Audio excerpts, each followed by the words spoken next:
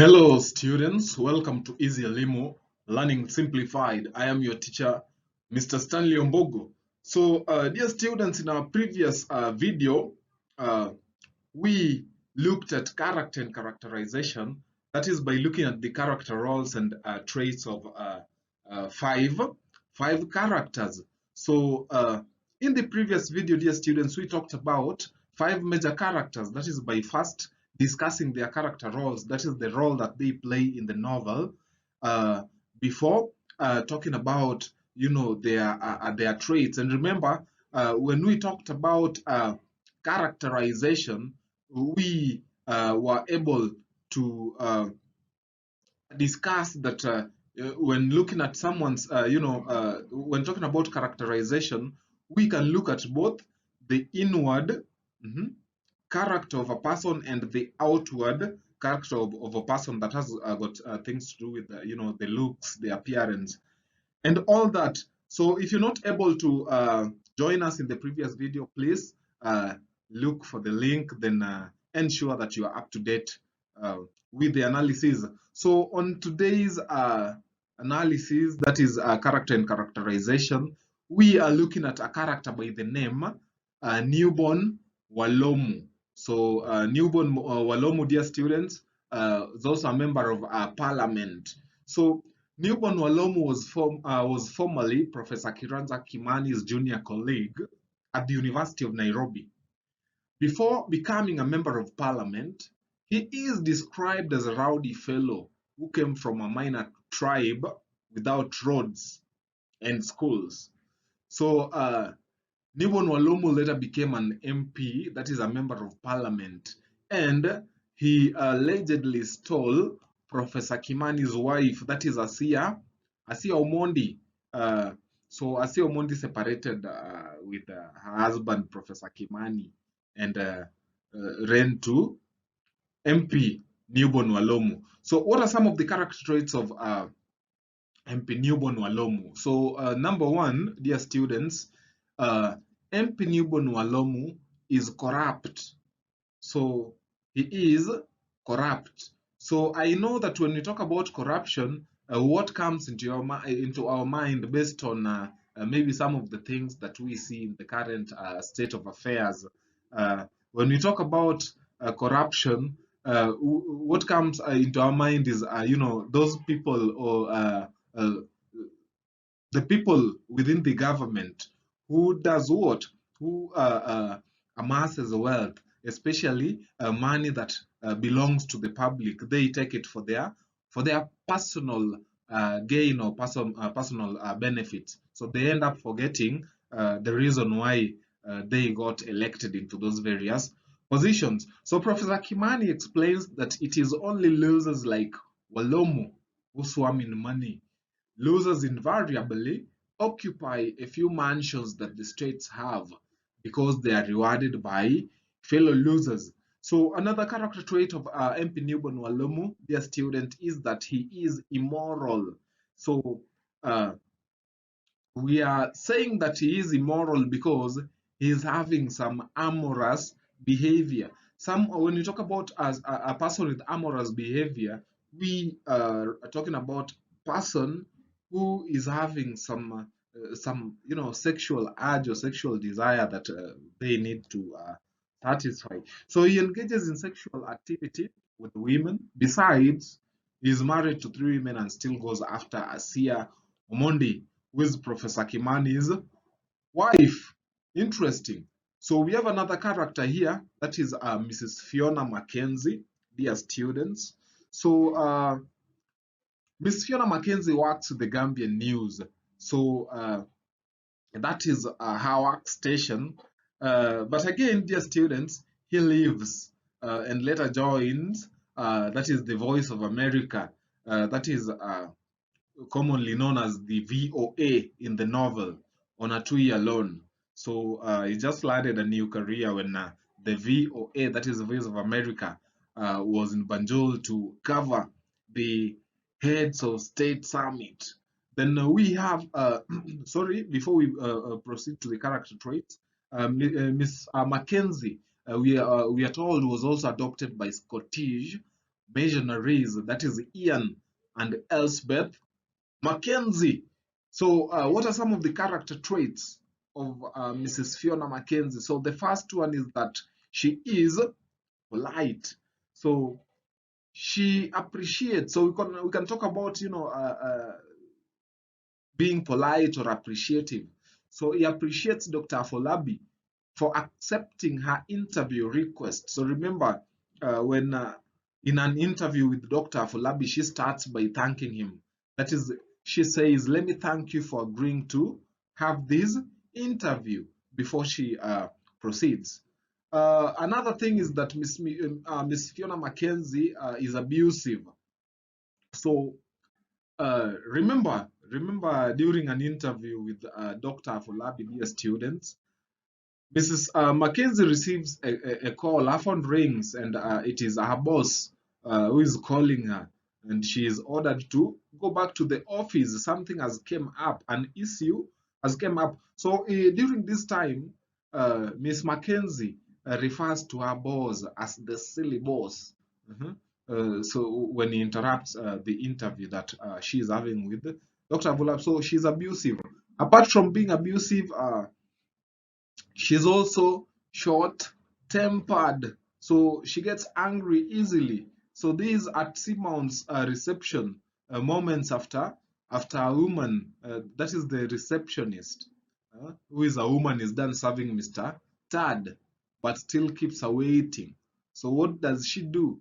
We are told that she was spiking words with the bile that were left in her mouth by earlier exchange. So there was an earlier exchange, and immediately after Mr. Tad has left, she spikes words with the bile in her mouth that was in an earlier exchange. So another thing is that he is funny or humorous. So she jokingly tells Dr. Abiola to go take a photo because he is young, for is 45 years. So in her statement, he says, "Go have your picture taken right now, Dr. Afolabi. You won't always look this good." I'm joking. Go. So that is what she says. Then the next character that we have, dear students, is Mr. Tad Longway. So Mr. Tad Longway is the director for special projects at AGDA. Remember, AGDA is the Agency for Governance and Development in Africa. So the character traits, number one, he is informed. Remember, when he approaches Dr. Afolabi, um, that is when Dr. Afolabi was on a flight back to Nigeria from Washington. He is already aware that is the advice of the heads of state in the summit that is to take place in Banjul, capital of Gambia. So he also comments on Dr. Afolabi's address at the foundation of democratic rule in Washington. So Dr. Afolabi also received an invitation to attend the Foundation for Democratic Rule address that was held in Washington. So another thing is that he is persuasive. So he persuades Dr. Afolabi to have a thought about the Path Alpha document while on his flight back to Nigeria.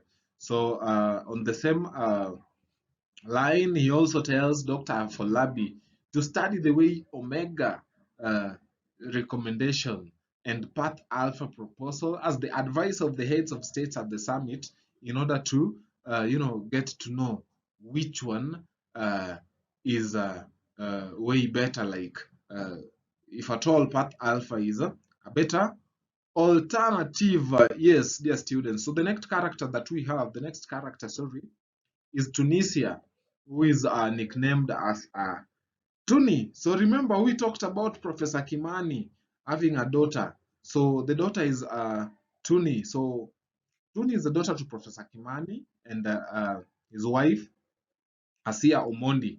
So the reason why she was named Tuni is because it was believed that Tunisia was a country of conception. So very sad, she dies in a freak road accident. So she is killed in a road accident. And remember, there is a time when there is a point or a part where the wife, Asia Omondi, is trying to blame Professor Kimani that, the daughter Tuni died because he had no better vehicle to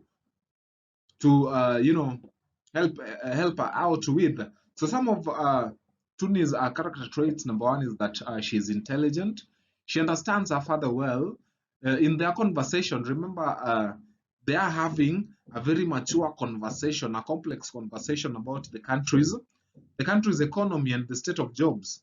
So she is able to follow her father's complex conversation about the state of jobs and incomes, despite being very young. So another thing is that she is observant, or we can say keen.